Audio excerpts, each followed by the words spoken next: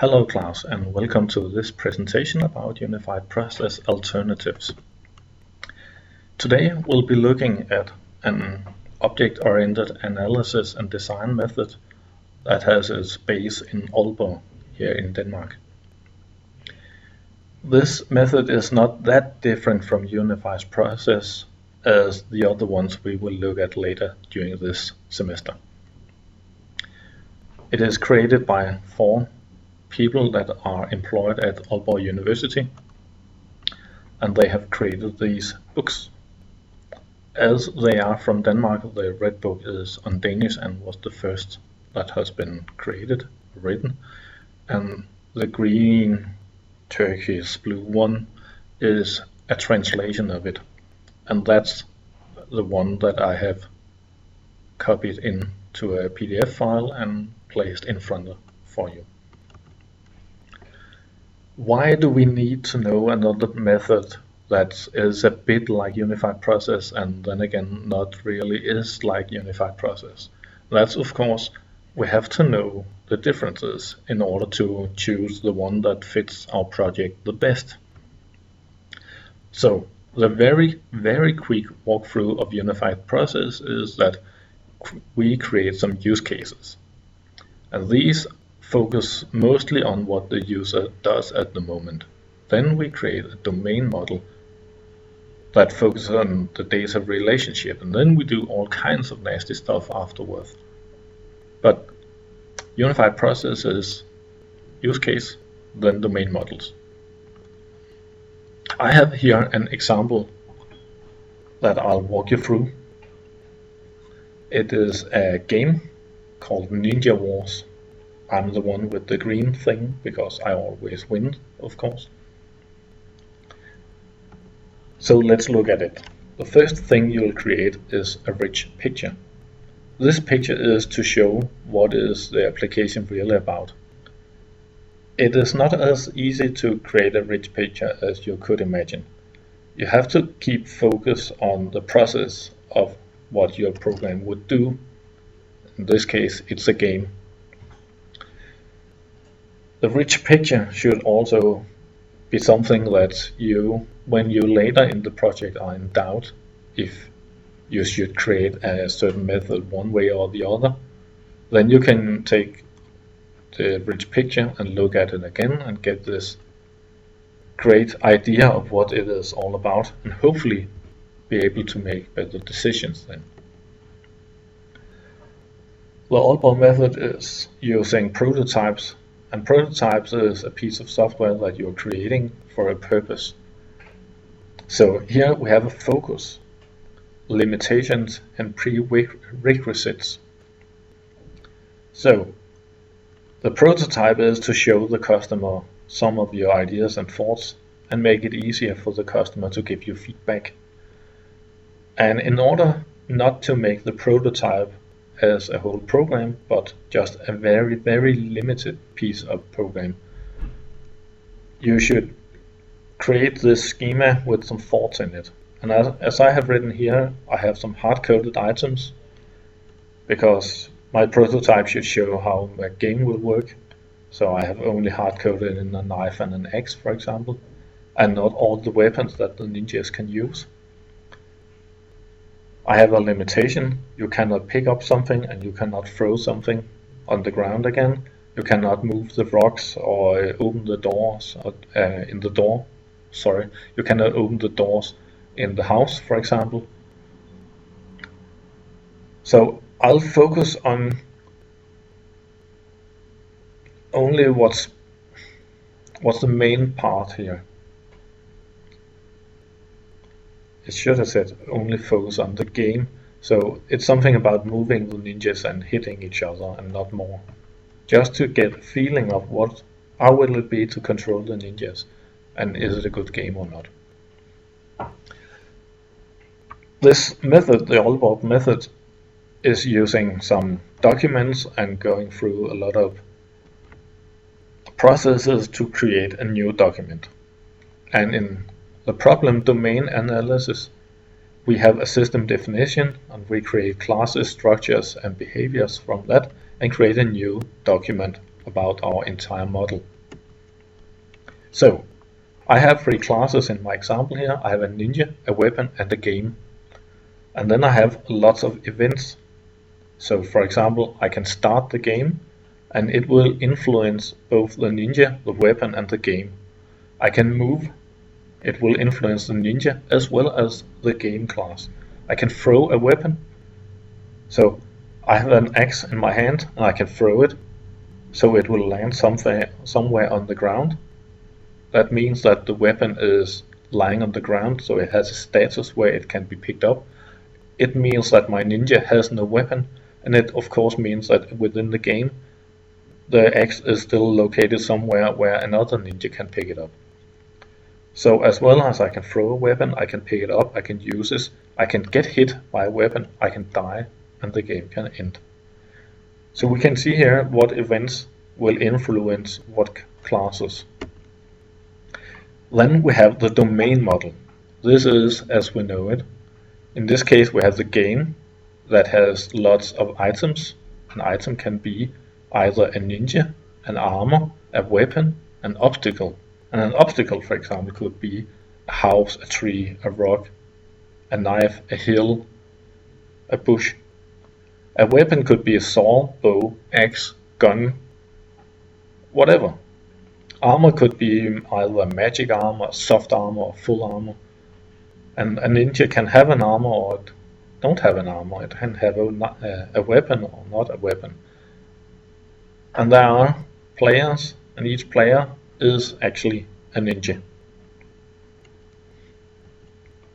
Then we have the behavior stuff. So at the top we can see here that I create a new object. It is with this circle, and it is created when the program is started. And I start out by not having any weapons, so I can of course still move without a weapon. I might move faster because I don't have a weapon, and I of course can get hit and I can die and the game can end. But I can also pick up a weapon, and now I'll have a weapon, so maybe I'll move slower. I can of course get hit and I can use my weapon and I can throw it again. Of course, as usual, I can die and the game can end.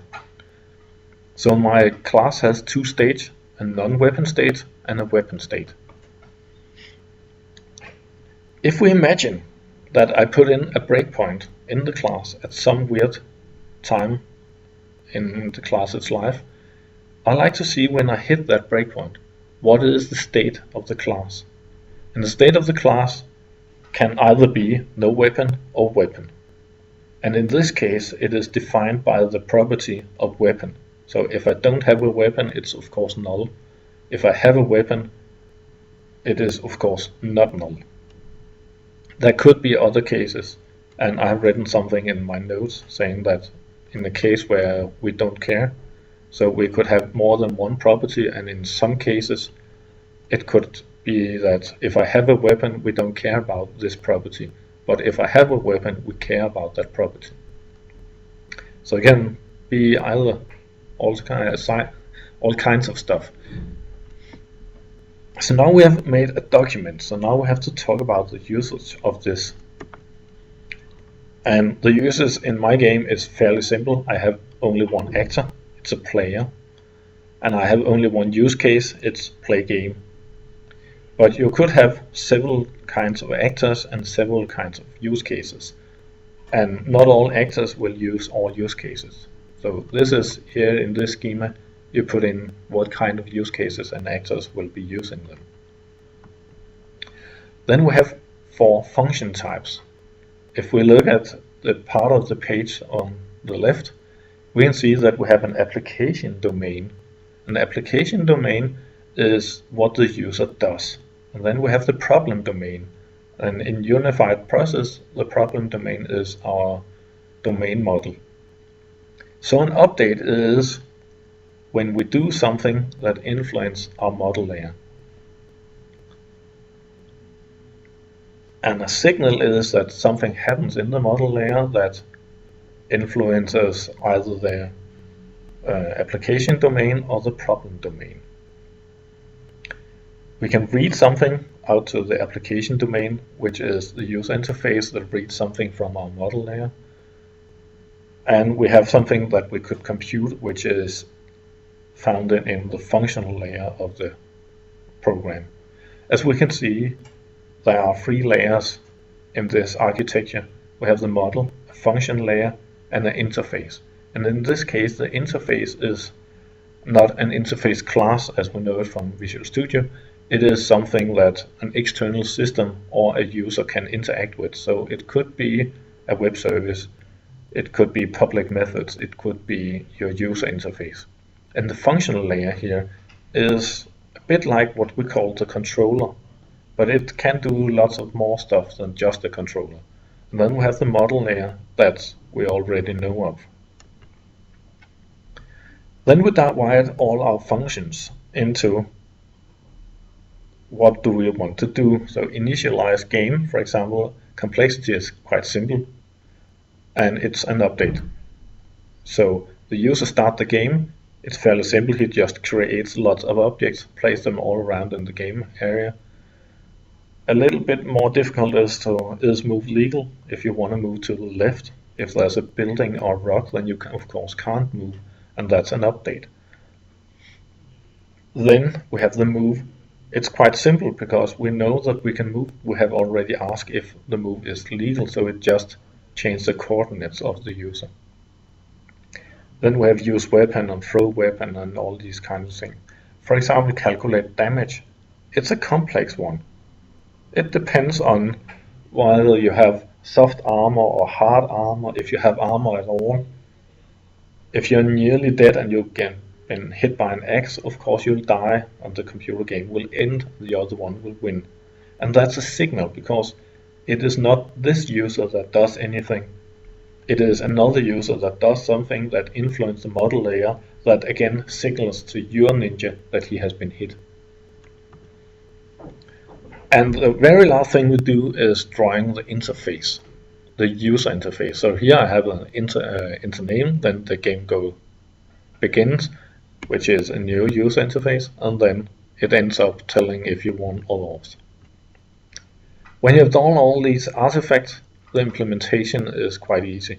You just follow the artifact you have done, create the classes, do methods that corresponds to the behavior and functions, and then you can do the testing.